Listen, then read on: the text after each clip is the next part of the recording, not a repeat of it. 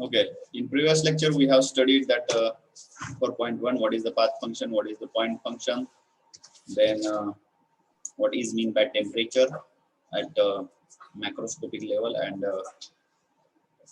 what is precise definition we have seen of a temperature.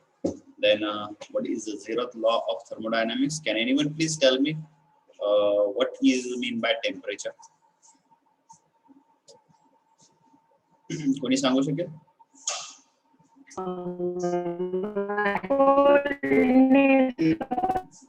तुमचा आवाज नाही clear येत. निलेश आणि पाटील प्रतीक्षा दोघांचा पण क्लिअर येत नाही आवाज. दुसरं कोणतरी सांगा. Hotness or coldness of body and the kinetic energy of the particle. Kinetic energy of the particle. Hotness or coldness of the body, it is very general definition of temperature, but if in science we have to tell another definition that I have explained yesterday. Okay, so anyone else? अजून कोणी सांगू शकते का? Vaishnavi Kulkarni. Hello hello,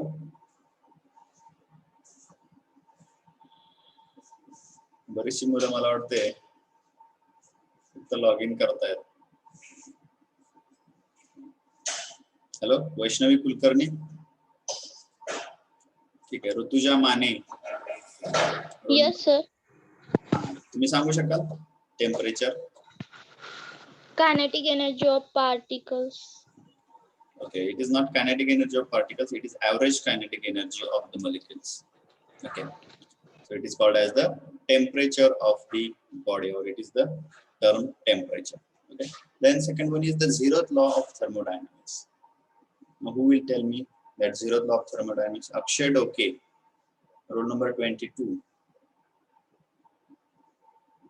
Roll number 22, Akshay. Yes sir. हाँ, मला सांगू शकाल zeroth law of thermodynamics? What do you understand?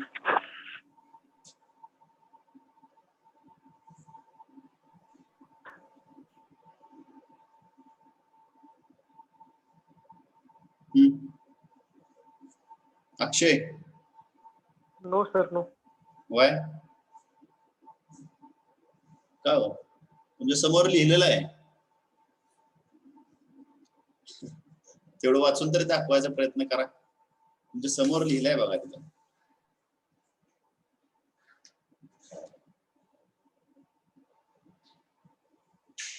So ठीक आहे. अजून कोण सांगू शकते का? Abhishek Gadge, roll number 26. Yes, sir. Can you tell me this zeroth law of thermodynamics? If two bodies are in thermal equilibrium with the third body, they are also in thermal equilibrium with each other. They all are thermal equilibrium with each other. Okay, असं म्हणायचं का तुम्हाला? ठीक आहे. अजून कोणी सांगू शकते का? Deepak Aiwale, roll number 14. Deepak.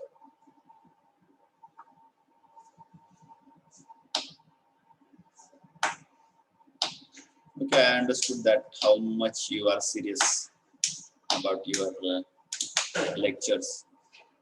So very few students are there. They are attending lectures. Okay, physically and mentally. But many of 90% students, 80 to 90% students are attending lecture only physically. Physically, it means they are added their name. They don't know what is going on, and they don't know. Very simple terms that I have explained last time, so I have asked for this one. Now work transfer. Okay, I also have to ask work. What is mean by work? Who will tell me that? Work. Roll number 59, Arjun Patil. Yes sir. Okay, can you tell me what is mean by work in physics? Physics मध्ये work म्हणजे काय असतं? Force into displacement. Work is nothing but it is the force into Force in displacement. Okay. Roll number 47, Taushe Priti. Yes, sir. Now, can you tell me what are the unit for work? What is the unit for work? Joule. Joule. Okay. Then Aishwarya Shinde, 46. Hello, Aishwarya. Hello.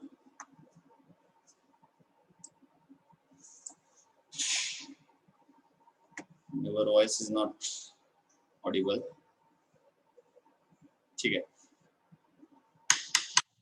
19. Savan Ritesh. Yes sir. हा, तुम्ही सांगाल power म्हणजे काय? First sir आत्ता join झालोय मी. होय का? मग मी काल शिकवलं होतं ना. आताच नाही, कालचं. पॉवर म्हणजे काय असं विचारलं मी. काल शिकवलं होतं बघा. उशीर का जॉईन झाला तुम्ही? लय उशीर झाला. सर नेटवर्क इश्यू होता. Very good. Good reasons all of you have. सगळ्यांकडे रिझन आहे नेटवर्क इश्यूचं. ठीक आहे. केनी संतानी, roll number 8. Now, can you tell me what is meant by power? The force we apply. The force we apply. So it is force. Force जो आपण apply करतो तो force झाला. I asked about power. I explained yesterday. After work, I have explained power.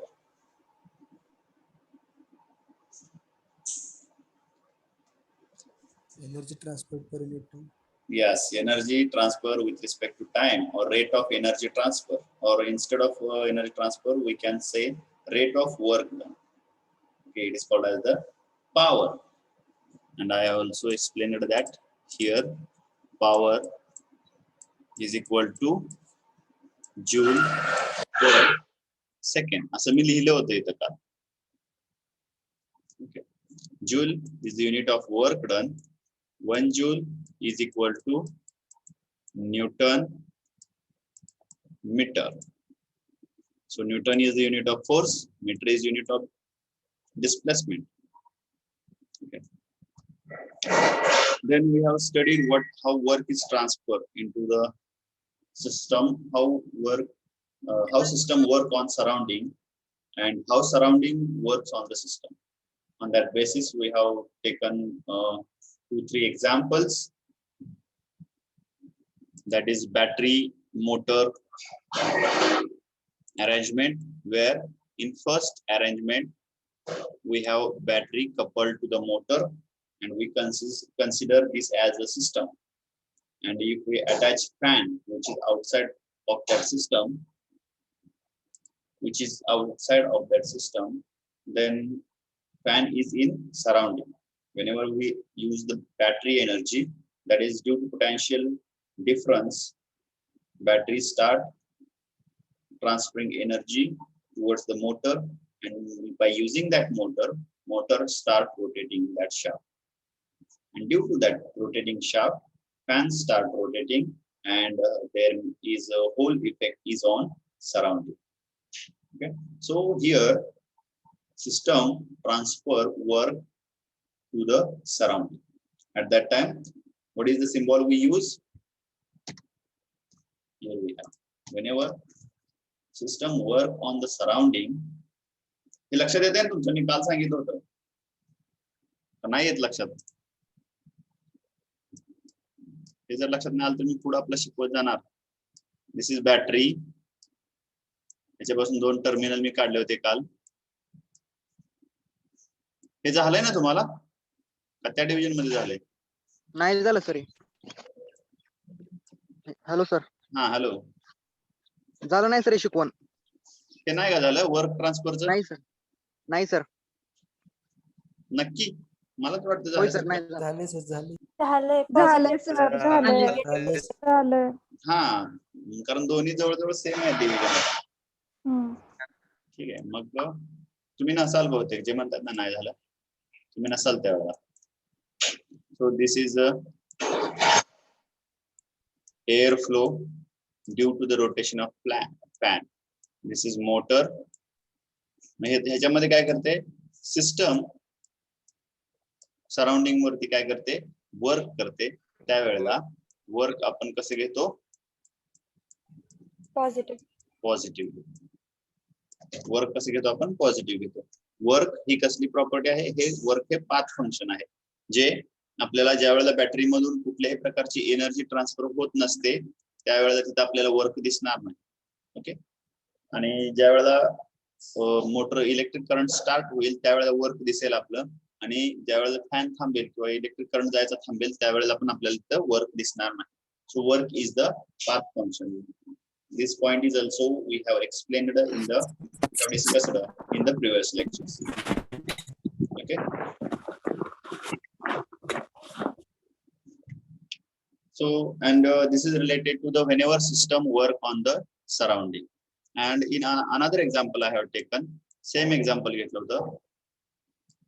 If this is battery, instead of motor if we connect here as a generator. Okay. आणि याला इथं आपण पुलीवरती weight लावलं. Okay. हे weight आहे इथं आणि हे वेट इथून जर आपण खाली सोडलं हे सिस्टम आहे बरं का याच्यामध्ये.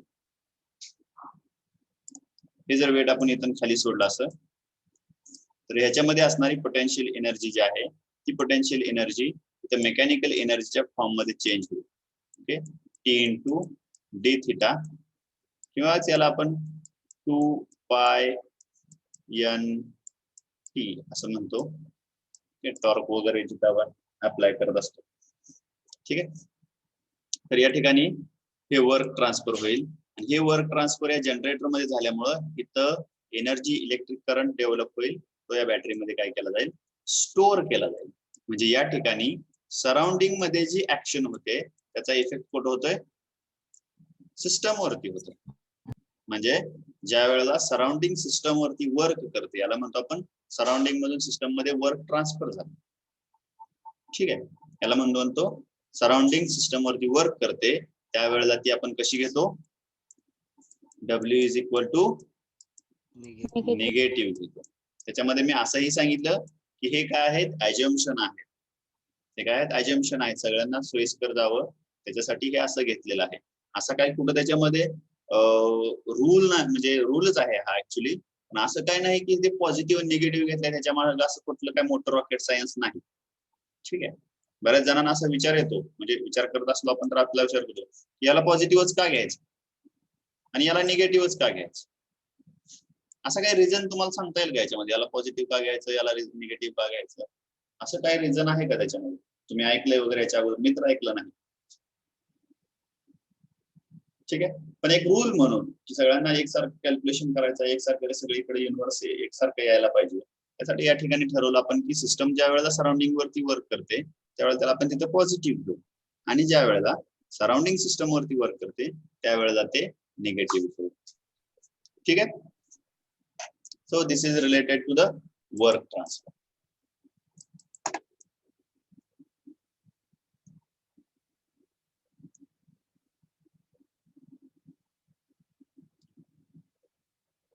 हे अजिबात विसरू नका ज्या वेळेला सिस्टम सराउंडिंग वरती वर्क करते त्यावेळेला ते आपण पॉझिटिव्ह घेतो आणि ज्या वेळेला सराउंडिंग सिस्टम वरती वर्क करते त्यावेळेला ते आपण निगेटिव्ह. 9 PdV हे झाले का नो सर. ओके. ठीक. So see here it is PdV work displacement work ट्रान्सफरच आहे पण त्याचे वेगवेगळे टाइप्स दिले आहेत. वर्क ट्रान्सफर कसं होतं ते बघितलं आपण सिस्टम मधून सराउंडिंग मध्ये किंवा सराउंडिंग मधून सिस्टम मध्ये कसं होतं ते पाहिलं.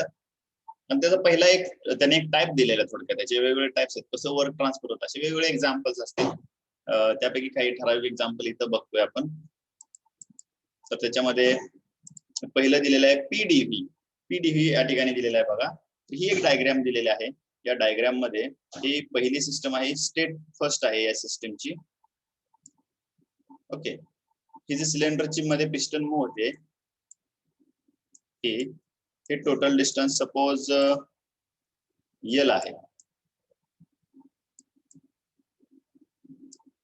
हे डिस्टन्स किती आहे, L आहे. ठीक आहे. मग ही पहिली स्टेट जी आहे, सपोज कुठं कन्सिडर करू आपण, ग्राफ पण काढतो मी, म्हणजे थोडस व्यवस्थित अजून सांगता येईल. ही पहिली स्टेट आहे, ज्या ठिकाणी प्रेशर किती आहे, P1 आहे आणि व्हॉल्यूम V1 आहे. ओके. मग सिस्टम मध्ये काही चेंजेस झाल्यामुळे ही सिस्टम काय करते, याच्यावरती प्रेशर अप्लाय करते या पिस्टन वरती, आणि या प्रेशरमुळे ही जी पिस्टन आहे याची मुवमेंट होऊन ही पिस्टन या सेकंड पॉइंटला येते. ओके. सेकंड पॉइंटला आल्यामुळं किंवा सेकंड स्टेटला आले आणि तिथं ते बॅलन्स झाले. म्हणजे सपोज सेकंड ही पोझिशन इथं आहे, so here we have pressure P2 आणि व्हॉल्यूम V2. ठीक आहे. मग याच्यामध्ये आता काय झालेलं आहे, वर्क ट्रान्सफर झालेलं, वर्क डन झालेलं आहे. म्हणजे काय झालेलं आहे, एक फोर्स अप्लाय केला, त्याच्यामुळे त्याचा इफेक्ट जाणवला काय आपल्याला, डिस्प्लेसमेंट मध्ये. म्हणजे इथं वर्क डन झालं. ओके. एनर्जी ट्रान्सफर झाली. ठीक आहे. इथपर्यंत पहिल्यांदा ही एक सिस्टम होती अगोदर, ही एवढी सिस्टम होती, पहिली जी पोझिशन आहे तिथपर्यंत, आणि दुसरी सिस्टम एवढी झाली, किंवा पहिल्या वेळेला जी एवढी सिस्टम आहे त्याने सराउंडिंग वरती इफेक्ट केला थोडक्यात. ठीक आहे. मग इथं आपण काय म्हणू शकतो, work done is equal to force into displacement. बरोबर आहे. या ठिकाणी डिस्प्लेसमेंट काय झालंय की पूर्ण लेंथ आहे, त्यापैकी या पॉइंट पासून या पॉइंट पर्यंत जे डिस्टन्स आहे ते चेंज इन लेंथ, हे DL घेऊ आपण. समजतंय? हे समजलं का सांगा तुम्हाला, नाही हे समजलं नाही तर पुढे काय समजणार नाही. हा, ठीक आहे.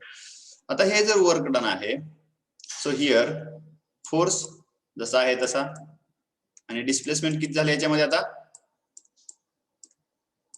DL. बरोबर आहे. डिस्प्लेसमेंट काय झाले, DL झालेलं आहे. म्हणजे इथं वर्क डन जे आहे ते सपोज मी असं लिहिले डेल्टा W, जे इथं पण लिहिले, पण इथं तुम्हाला दाखवण्यापेक्षा, वाचून दाखवण्यापेक्षा साईडला लिहितो मी, म्हणजे तुम्हाला थोडस व्यवस्थित समजत जाईल. ओके. बट याच्यामध्ये छोटस एक्सप्रेशन आहे हे, but P is equal to force divided by area. Correct आहे. मग force equal to, therefore force is equal to P into A. बरोबर आहे ना. फक्त मी ही टर्म इकडे घेतली. If we put this in this equation, ह्या इक्वेशन मध्ये आपण जर पुट केलं तर काय येईल, DW work transfer is equal to P into A into DL. P into A into DL. आता ह्याच्यामधली ही जी टर्म आहे, area into change in length किंवा डिस्प्लेसमेंट, हे म्हणजे काय आहे, व्हॉल्यूम. हे म्हणजे हे चेंज इन व्हॉल्यूम आहे. आता चेंज इन व्हॉल्यूम कसं आहे, बऱ्याच जणांना कळणार नाही, त्याच्यासाठी सांगतो मी. व्हॉल्यूम इज इक्वल टू, एखादी ही सपोज ही पिस्टन आहे, या पिस्टनचा एरिया, ठीक आहे, इंटू ही किती मूव्ह झाली, इथून इथपर्यंत जी मूव्ह झाली तो एरिया इंटू लेंथ. बरोबर आहे. पण इथं DL आहे, चेंज इन लेंथ आहे, म्हणून इथं आपण काय घेणार, याला चेंज इन व्हॉल्यूम घेणार. ओके. देयरफॉर DW किंवा delta W is equal to P into DV. ठीक आहे. P into DV. देयरफॉर म्हणजे इथून इथपर्यंत सिस्टम ट्रान्सफर झाली बघा, या पॉइंट पासून या पॉइंट पर्यंत ट्रान्सफर झाली. त्याच्यासाठी काय झालं, वर्क किती ट्रान्सफर झालं, delta of W. Delta of W म्हणजे काय आहे, बरोबर आहे. दोन्ही स्टेटला जर काढायचं असेल तर आपण कसं लिहितो, W1 to 2 is equal to integration from 1 to 2. Okay, or sometime we can write here V1 to V2. Okay, इथं V1 to V2 पण लिहिता येतं आपल्याला. So here it is P into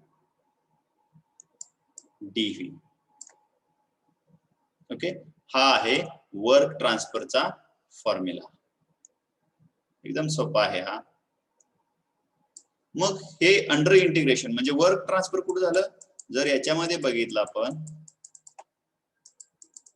so this is volume V1 and this is V2.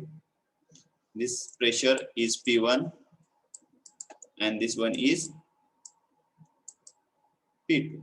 So PdV is nothing but this one, PdV म्हणजे हा area, या कर्वच्या under जो area आहे तो आहे वर्क डन. आपण पाथ फंक्शनच्या वेळेला पण बघितलं, work is not a point function, work is the path function. So path function is inexact differentiation. Okay, we do not have any exact value at any exact point. So to find out what is work done, so we have to differentiate, or we have to take integration of that change in the state. ठीक आहे, हे समजलं तुम्हाला इकडचं derivation? सोपं आहे हे. कोणाला समज नसेल तर सांगा, अजून एकदा सांगतो मी, पण थोडंसं लक्ष द्या. ओके, समजलं हे? So do one thing. हा, आता एक काम करा, इथं असणारी ही डायग्राम आणि हे डेरिव्हेशन फक्त, बाकीचं काय लिहू नका. फक्त ही डायग्राम पेनने काढली तरी चालेल, सध्या वेळ जात असेल जास्त. ही डायग्राम, हे नाव डिस्प्लेसमेंट वर्क, त्याच्या खाली ही डायग्राम आणि हे डेरिव्हेशन लिहून काढायचा. तुम्ही पेन आणि वही घेतले, तुम्ही नोटबुक आहे तुमच्याजवळ? हॅलो, नसेल तर घ्या आणि लिहा, कारण हे लक्षात ठेवून उपयोग नाही, ते तुम्ही लिहिलेलं असलं पाहिजे. आता एकदा इथं लिहा, परत पाहिजे तर तुम्हाला वेळ मिळाल्यानंतर अजून एखाद्या वेळेस लिहून काढा. ठीक आहे, करा चालू. Hello sir. सर ते पिस्टन कसं मूव्ह झालं ते कळलं नाही सर तेवढं. पिस्टन जे आहे, हे पिस्टन याच्यामध्ये सपोज आपण एनर्जी ऍड केली समजा, किंवा इथं प्रेशर जास्त आहे समजा, ही स्टेट फर्स्ट आहे, ठीक आहे, त्याच्यामुळं याच्यावरती प्रेशर इन्क्रीज झाला.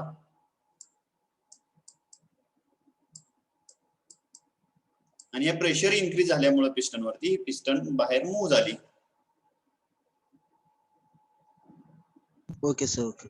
हा, ही पॉइंट 1 पासून पॉइंट 2 ला गेली, म्हणजे वर्क ट्रान्सफर झाली. या ठिकाणी सिस्टमने सराउंडिंग वरती वर्क केलं. जर हे उलट असतं, या पिस्टन जर आतल्या डायरेक्शनला मूव्ह झाली असती, म्हणजे एन्व्हायरमेंटचा प्रेशर जास्त झाला असता आणि आत असणारा जो गॅस आहे त्याचा प्रेशर कमी झाला असता, तर सराउंडिंगने सिस्टम वरती वर्क केलं असतं, त्यावेळेस आपण ते निगेटिव्ह घेतलं असतं. ओके, वर्क हे पॉझिटिव्ह आणि निगेटिव्ह असं काही नसतं, वर्क हे वर्क असतं, पण आपल्याला समजण्यासाठी, साइन कन्व्हेन्शन साठी आपण त्याला निगेटिव्ह घेतो ज्या वेळेला सराउंडिंग सिस्टम वर्क करते त्यावेळेस. ठीक आहे, आता बाकीच्याने याची डायग्राम काढा. पहिल्यांदा वर नाव लिहा, different types of work transfer, त्याच्यामध्ये डिस्प्लेसमेंट वर्क लिहा. आपला सिलेबस मला वाटतं बाकीच्यांच्यापेक्षा पुढे आहे तसा.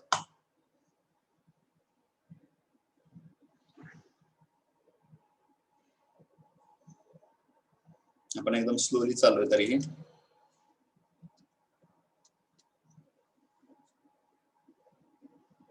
हे डेरिव्हेशन तुम्ही फक्त बघितलं, समजलं तर असं लक्षात राहत नसतं, लिहावं लागतं ते एकदा दोनदा, मग तुमच्या ते एकदा हाताखालून गेलं की मग लक्षात राहतं.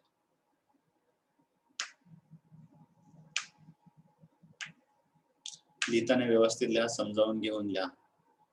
उगाच सांगितलं म्हणून लिहू नका. थोडंफार तरी मी जे जे शिकवलं त्यातले कमीत कमी 50 ते 60% तरी आपल्याला रोज समजलं पाहिजे. 100% न समजत असेल तर काय चांगलीच गोष्ट आहे.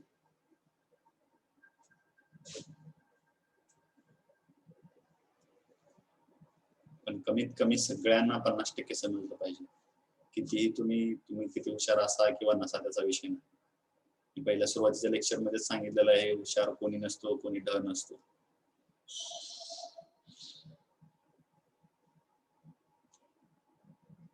फक्त ज्याचं ढ कोणाला म्हणतो, ज्याचं बेसिक कच्चं राहिले पाठीमागं ते तो पुढे ढ म्हणतो त्याला.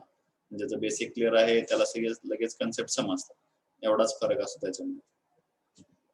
ओके, म्हणजे त्यांनी कष्ट घेतलेलं असते बरं का. हुशार विद्यार्थ्यांनी कष्ट घेतलेलं असतं थोडक्यात.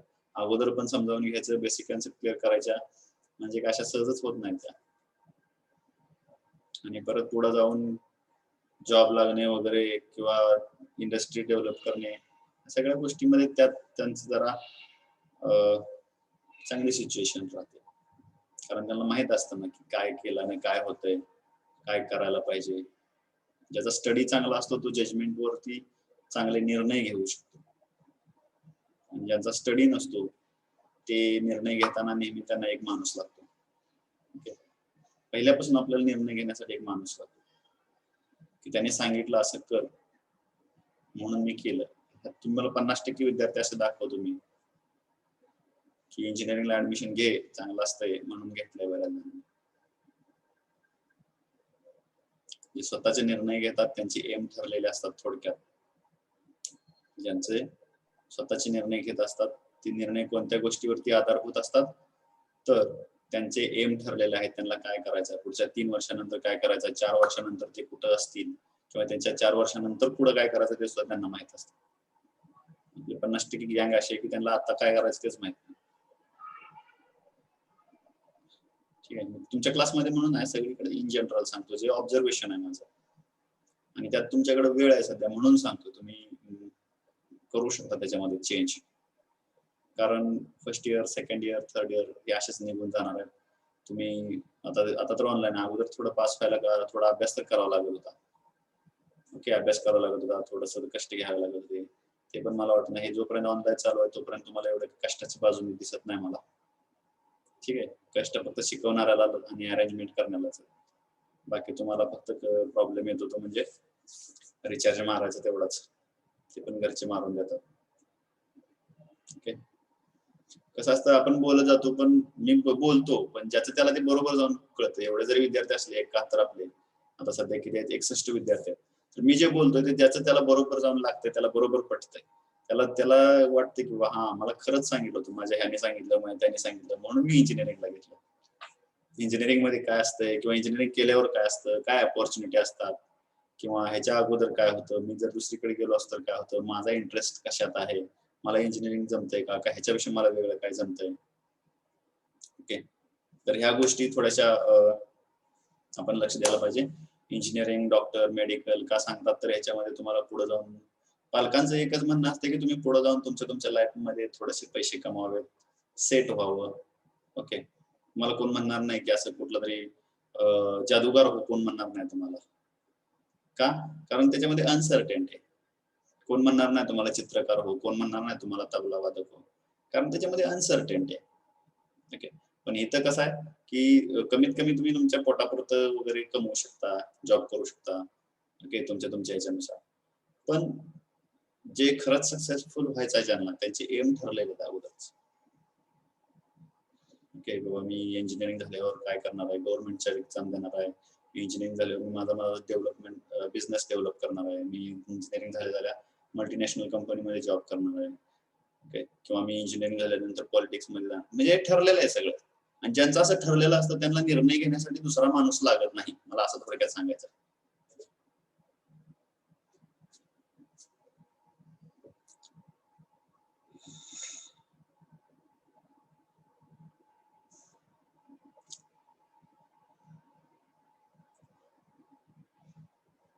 ज्या वेळेला प्रॉब्लेम असा की अजून ज्या वेळेला हे आपले थिअरी लेक्चर असतात त्यावेळेला बऱ्याच वेळेला काही जणांना झोप येण्याची शक्यता असते. आणि त्यात कसं आहे, अगोदर बेंचवर वगैरे बसत होते, त्यामुळे बसून एवढं झोपायचं ते पण सरांच्या समोर थोडंसं अवघड झालं होतं. त्यामुळे नाईलाजाने का होईना पण लक्ष द्यायला लागत होतं. आता कसं आहे, बेंच म्हणजे आपलं कुठं झोपून जरी झाडाखाली झोपून घरामध्ये झोपून लेक्चर अटेंड करू शकता, तुम्ही काही करू शकता. त्यामुळे बऱ्याच वेळेला विद्यार्थ्यांचं असं पण होतं की लेक्चर बघत बघत मोबाईल तोंडावर पडतो त्यांच्या. ठीक आहे.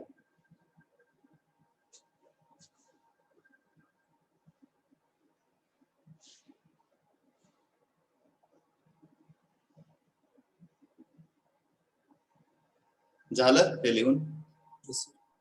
Yes sir. Okay.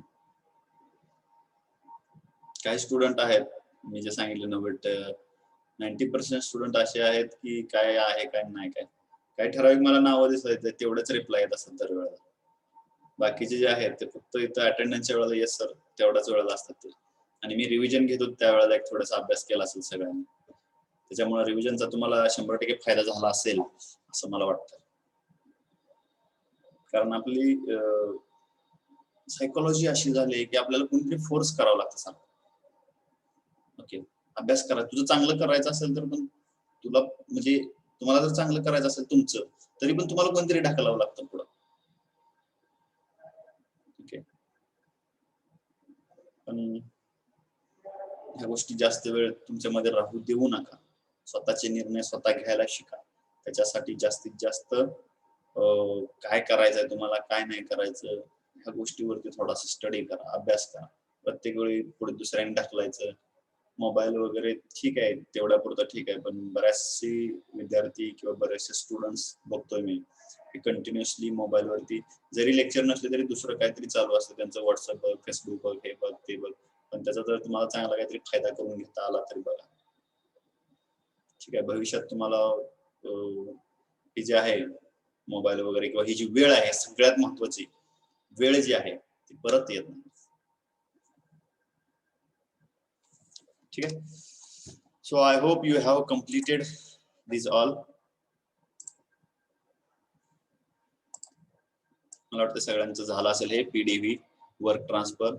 And I think this is also in your 12th syllabus. 12th syllabus मध्ये पण मला वाटतं आहे ना? Yes sir. Yes, sir. Yes, sir. जे मुलं सांगतात त्याच्यावरून लक्षात आहे थोडं माझ्या. तुम्हाला असंच होतं ना 12 मध्ये, काय याच्यापेक्षा काय वेगळं होतं? नाही सर, असंच होतं. सेम आहे ना? ओके, सेम ठीक आहे. म्हणजे बऱ्यापैकी तुमचा सिलेबस इथं थर्मोडायनामिक्स मध्ये बऱ्यापैकी सिलेबस तुमचा अगोदर झालेला आहे. So this is the second type of work transfer. आता इथून पुढे फक्त वर्क ट्रान्सफरचे आहेत, याच्यामध्ये डेरिव्हेशन वगैरे काय नाहीत, फक्त डायरेक्ट फॉर्म्युला आहे. त्याच्यामध्ये वर्क ट्रान्सफर कसा होतोय, इलेक्ट्रिक करंट याच्यामध्ये दाखवलेलं बघा. E is the potential difference. मी तुम्हाला अगोदर पण सांगितलं, मोटर आणि बॅटरी मधून करंट ज्यावेळेला पास होतो त्यावेळेला वर्क ट्रान्सफर होत असतं. कसं होत असतं, E is the potential difference आणि आय इज द करंट. हे पोटेन्शियल डिफरन्स जो आहे तो म्हणजे याच्यामध्ये फोर्स आहे. ओके, आणि करंट फ्लो होतो याच्यामध्ये विथ रिस्पेक्ट टू टाइम दिलेला आहे बघा यांनी. इथे टाइम घ्यायला लागतं. आय डी टी म्हणजे डिस्प्लेसमेंट आहे. ठीक आहे, so I into D T. Okay, so he potential difference D लिहायला पाहिजे, नंतर प्रेशर वाटेल तुम्हाला, तर तो म्हणजे फोर्स आहे याच्यामध्ये. ओके, ज्या वेळेला 2 पॉइंट मध्ये पोटेन्शियल डिफरन्स असतो त्याच वेळेला इलेक्ट्रिक करंट फ्लो होत असतो. ठीक आहे का? तुम्ही असं कुठं बघितलंय की तारामधून आपल्या ज्या करंटच्या तारा आहेत, ओके, त्याच्यामध्ये तुम्हाला कुठं दिसतंय का वायर म्हणून करंट ढकलतोय तुमच्याकडे असा तारेवरती बसून?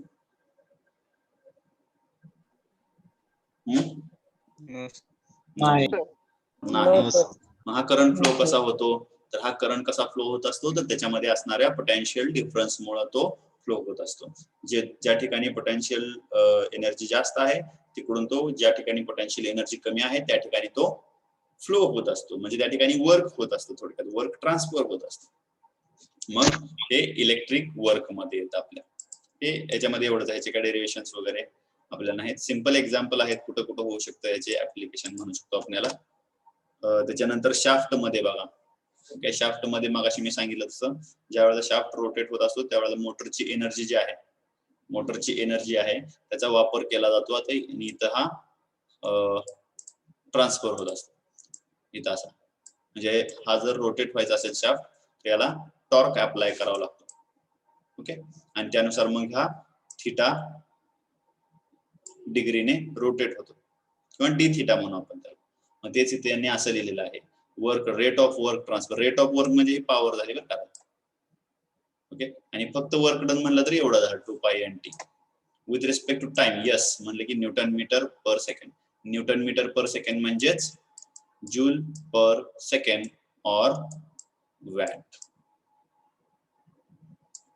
ओके, पॉवर आपण वॅट मध्ये मोजतो. ठीक आहे, त्याला जूल पर सेकंड म्हणलं तरी काय अडचण नाही. 1 joule per second is equal to 1 watt. ठीक आहे, देन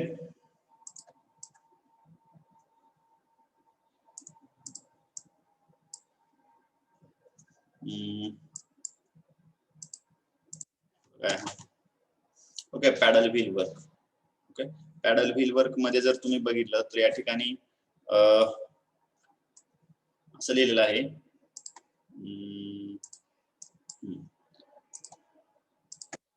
या ठिकाणी काय होते बघा, weight is lowered, paddle wheel turns and there work transfer into the fluid system which stir the fluid. आता याच्यामध्ये बघा, याच्या अगोदर काय होत होतं, डिस्प्लेसमेंट होत होती, पण इथं डिस्प्लेसमेंट होत नाही, व्हॉल्यूम चेंज होत नाही. ठीक आहे, काय होतंय, जे सेकंड एक्झाम्पल मी सांगितलं, पुलीला वेट लावलं होतं आणि ती लोअर डिरेक्शन मध्ये जर आपण मूव्ह केलं, इथे एक अरेंजमेंट दिलेलं आहे बघा. हे जवळजवळ जूल एक्सपेरिमेंट सारखंच आहे. जूलचा एक्सपेरिमेंट हा असाच आहे. ठीक आहे, तर या ठिकाणी वाइंडिंग केलेलं आहे शाफ्ट वरती आणि त्याला एक वेट जोडलेला आहे. इथं हे जे वाइंडिंग आहे त्याच्यामधून एक शाफ्ट बाहेर घेतलेला आहे आणि या शाफ्टला इथं हा एक स्टिरर बसवलेला. स्टिरर म्हणजे ढवळण्यासाठी, पाण्यामध्ये ढवळण्यासाठी, जसा ताक घुसळण्यासाठी रवी असतो आपल्याकडे, तसं त्याला स्टिरर म्हणतात. ओके, रवी आणि स्टिरर जवळजवळ सेमच. ठीक आहे, फक्त त्याच्या स्ट्रक्चर मध्ये फरक आहे, दोन्हीचं काम तेच आहे. ज्या वेळेला हे वेट जे आहे इथं वर आहे त्यावेळेला त्याच्यामध्ये MGH आहे. ओके, आणि इथून हे ज्या वेळेला खाली जाते, ते खाली जात असताना या शाफ्टला काय करते, ते रोटेट करते. बरोबर आहे, त्या शाफ्टला रोटेट केल्यानंतर याच्या आतमधलं जे काय लिक्विड आहे ते काय होते, ढवळलं जातं. ओके, म्हणजे याच्यामध्ये इथली जी एनर्जी आहे ती एनर्जी इथं काय केली जाते, ट्रान्सफर केली जाते. Surrounding works on a system, energy काय केली जाते, ट्रान्सफर केली जाते. या ठिकाणी तुम्ही ताक वगैरे घुसळताना बघितलं असेल, अगोदर पण मी एक्झाम्पल सांगितलं वाटते, हे त्याचं आलं म्हणून परत सांगतो. ताक ज्या वेळेला आपण घुसळतो त्यावेळेला ताकाचं जे भांड आहे ते गरम होतं. बघितलंय का, कोणी ऑब्झर्व केलंय का? Yes sir. बरोबर आहे, मग ते का गरम होतं, आपण त्याला हीट तर देत नाही. ते गरम कशामुळे होतं, की जे आपण एनर्जी ट्रान्सफर करतोय त्याच्यामध्ये, किंवा एनर्जी कोणत्या माध्यमातून ट्रान्सफर करतो, वर्कच्या माध्यमातून ट्रान्सफर करतोय. मी अगोदर पण तुम्हाला सांगितलं, हे एकदम क्लिअर लक्षात ठेवा. एनर्जी ही 2 माध्यमातून ट्रान्सफर होऊ शकते. कोणत्या कोणत्या? Work and heat. हा, वर्क आणि हीट या 2च माध्यमातून एनर्जी एका फॉर्म मधून दुसऱ्या फॉर्म मध्ये जाऊ शकते. ठीक आहे, किंवा इंटरॅक्ट होऊ शकते. वर्क आणि हीट हे दोन्हीही एनर्जी नाहीत. वर्क आणि हीट हे दोन्हीही पाथ फंक्शन आहे, दोन्हीही इनएक्झॅक्ट डिफरन्शिएशन आहे. हे खूप महत्वाची टर्म आहे. हे समजलं की बाकीचं समजायला आपल्याला सोपं जातं. ओके, मग या ठिकाणी एनर्जी ऍड होते, पण या ठिकाणी हे लागू होत नाही. बरोबर आहे, पीडीव्ही लागू होत नाही का? Integration of PDV is equal to 0, कारण याच्या व्हॉल्यूम मध्ये ही जी सिस्टम आहे याच्या व्हॉल्यूम मध्ये चेंज होत नाही, म्हणून पीडीव्ही इज इक्वल टू 0. मग याचा अर्थ असा नाही की work done is equal to 0. बरोबर आहे, म्हणून हे दुसरं दिलेलं आहे. But delta of W is not 0. ठीक आहे, काहीतरी जूल ही एनर्जी याच्यामध्ये ऍड केलेल्या वर्कच्या माध्यमातून. ठीक आहे, मग तुम्हाला असं वाटेल ना, म्हणून हे एक्झाम्पल घे, तुम्हाला असं वाटेल की पीडीव्ही असेल तरच तिथं वर्क होतं, म्हणजे व्हॉल्यूम चेंज झालं तरच वर्क होतं, असं काही नाही. आता या जर एक्सपेरिमेंट मध्ये तुम्ही बघितलं तर त्या ठिकाणी कोणत्याही प्रकारचं व्हॉल्यूम चेंज होत नाही, म्हणजे चेंज इन व्हॉल्यूम काय आहे, 0 आहे. चेंज इन व्हॉल्यूम काय आहे, 0 आहे. याचा अर्थ असा नाही की वर्क डन 0 आहे. ठीक आहे, त्याच्यामध्ये वर्क ट्रान्सफर होत आहे, याच्यामध्ये एनर्जी काय होते, ट्रान्सफर होत आहे. So this is called as the paddle wheel work. याला म्हणतो पॅडल व्हील वर्क या ठिकाणी नाव आहे. हे समजलं तुम्हाला? Yes sir. Yes, sir. Sakshi Nikam, roll number 12. Hello Sakshi,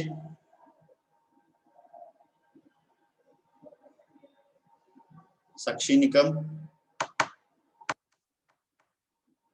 Hina Molani, roll number 11. Hello, Hina. Yes, sir. Yes, sir. Do you understand this? Yes, sir. So, can you explain me in short? Yes, sir. Hmm. Sir मराठीमधून सांग. हा sure मराठीमधूनच सांगा, काय अडचण नाही. याच्यामध्ये एक पॅडल आहे, हम्म, त्याला एक पुली आहे आणि त्या पुलीला एक वेट जॉईन केलेलं आहे. हम्म, आणि ती पुली जेव्हा हम्म, खाली येते त्याच्यामधली ती पोटेन्शियल एनर्जी कायनेटिक एनर्जी मध्ये जाते आणि हम्म. पॅडल रोटेट होतो.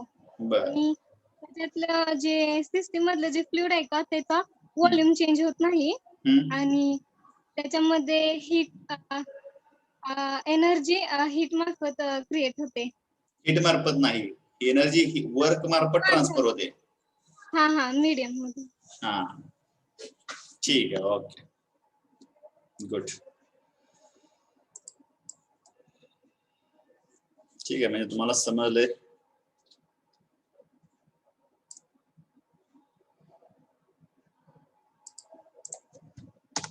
So we will stop here. This is related to the flow of work. या ठिकाणी पण तसंच आहे, दिलेलं आहे PV दिलेलं आहे इथं. But we will see this is in the next lecture. याच्यानंतर आता हीट ट्रान्सफर चालू होईल आपलं. याच्यामध्ये फ्लुइडचा फ्लो दिलेला आहे बघा. फ्लुइडचा flow F into L. Okay, L is the displacement of that piston. हे परत इथं सेम आहे.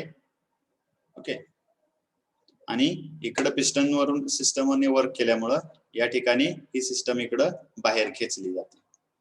ओके, इथं पण काय होतंय, वर्क होत. ज्या वेळेला इथून फोर्स अप्लाय केला जातो त्यावेळेला इकडची जी एनर्जी आहे इकडून ऍड झालेली ती एनर्जी याच्यावरती वर्क करते. ओके, म्हणजे त्या ठिकाणी व्हॉल्यूम मध्ये चेंज होतोय का? नाही चेंज होत. म्हणून W1 to 2 is equal to PV किंवा W is equal to PV same आहे असं राहते. आहे बघा, ठीक आहे, कारण त्याच्या व्हॉल्यूम मध्ये चेंज होत नाही. पण वर्क झालं नाही असं आहे का? वर्क झालं.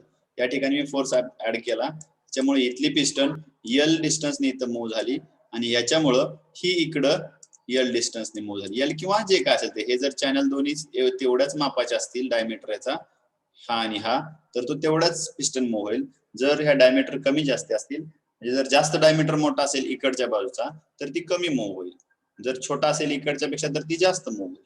Okay, so this is the flow work. ह्याच्यामधलं पहिलं जे डिस्प्लेसमेंट वर्क होतं ते जरा महत्वाचं आहे, ते लक्षात ठेवा. हे बाकीचे एक्झाम्पल आहेत फक्त. त्याच्यानंतर आता हीट ट्रान्सफर चालू होईल आपलं. वर्क ट्रान्सफर जसं झालं तसंच हे हीट ट्रान्सफर आहे. So from next lecture we will see what is the heat and how it transfer from one or from system to surrounding or from surrounding to the system or from one system to the another system. Okay, ठीक है. Attendance, roll number 1. Yes, sir. 2, Yes, sir. 3, Yes, sir. roll number 4 absent. Present, sir. Okay, 5, roll number 5.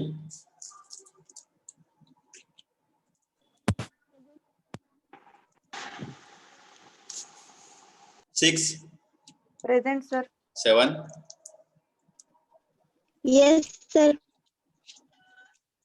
8, Present, sir. 9, Yes, sir. 10, Present, sir. 11, Yes, sir.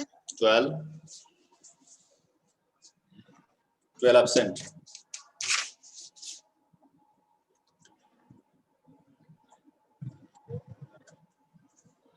13, Present, sir. 14, Yes, sir. 15. 15. Absent. 16. Present, sir. 17. Okay. 18. Yes, sir. 18. 18 absent. 19. Yes, sir. 20. 21. Yes, sir. 22. Yes, sir. 23. Yes, sir. 24. 20 present, sir. Yes, sir. 25. Present, sir. 26. Yes, sir. 20 is present, sir. I got disconnected. Okay. If somebody is disconnected, please call your roll number after attendance. Okay. So 24.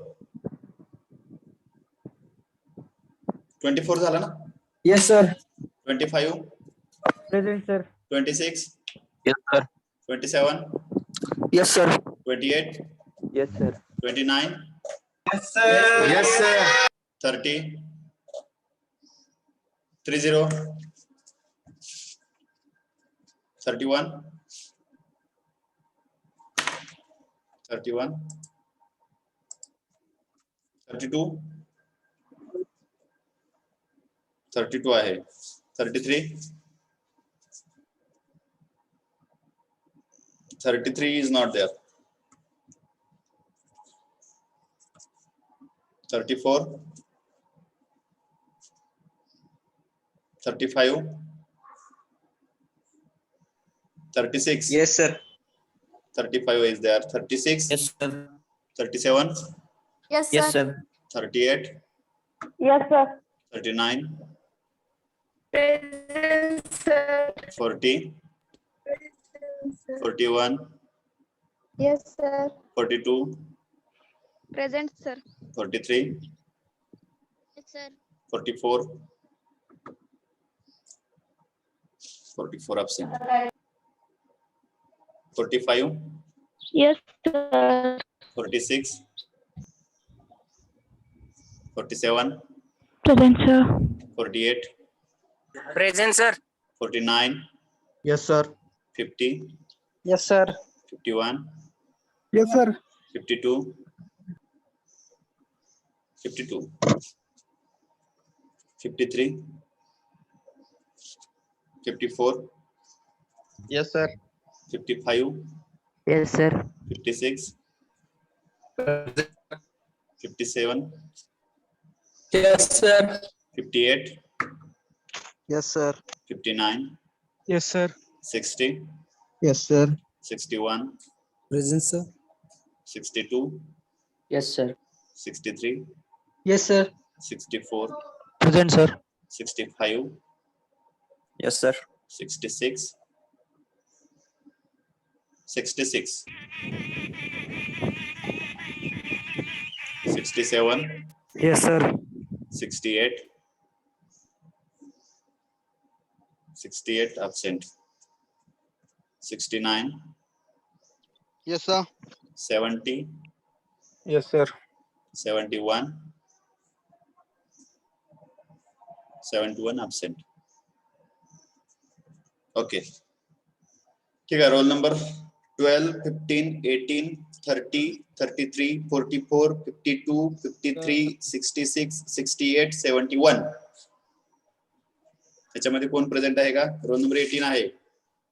Chaitanya चांदोळे. Okay. अजून? हा, 15. 15 कोण आहे?